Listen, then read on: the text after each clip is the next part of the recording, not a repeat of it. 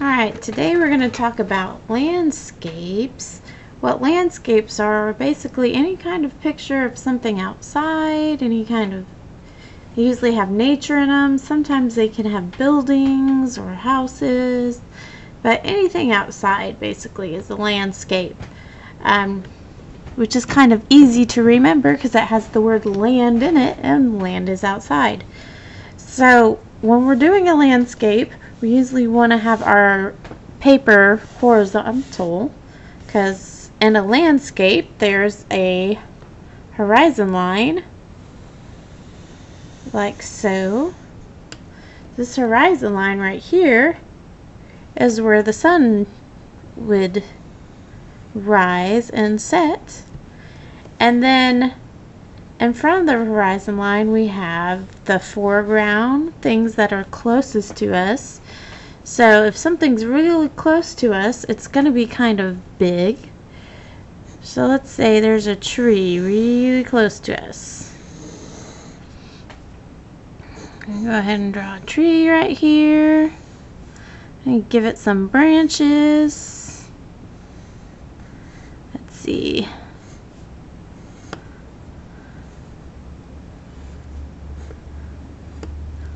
It's kind of an easy way to give them branches is to just kind of make these Y's and V's, kind of like the letter Y and the letter V. I'll make one more out this way. Let's see.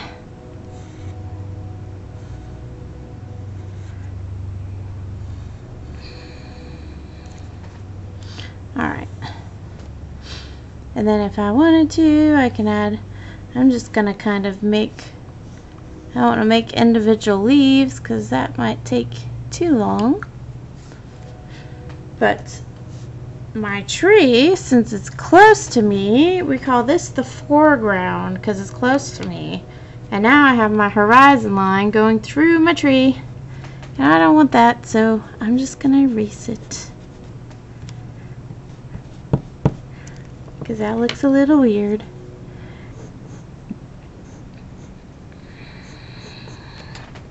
Now, so this is the foreground. It's the thing that's closest to us, and the things that are closest to us are the biggest. They also have the most detail. We'd probably be able to see the tree bark in it.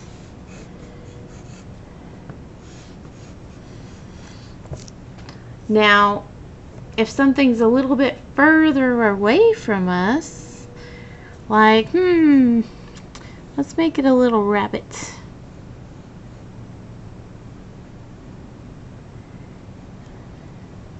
And we'll give it some ears.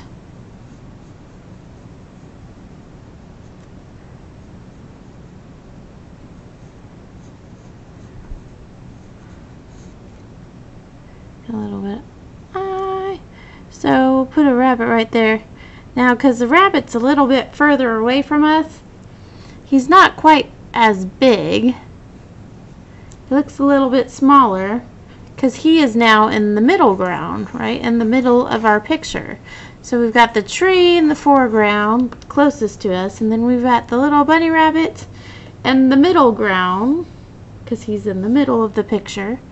And then back here we have what we call the background, and if I was to have a tree way in the background, it's going to be really little, and it's not going to have a whole lot of details because it's really far away. You ever tried to see something really far away? You can't really see all the details of it.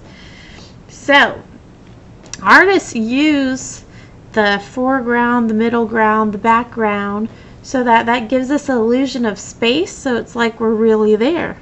If they drew everything the same size, then it would look like everything was right up on us. But if you draw things in different places on your paper and you draw them in different sizes, then all of a sudden it looks like there's some space to your picture, and it looks like you could almost walk into it and be there. So if I wanted to put a tree in the middle ground, I could do that.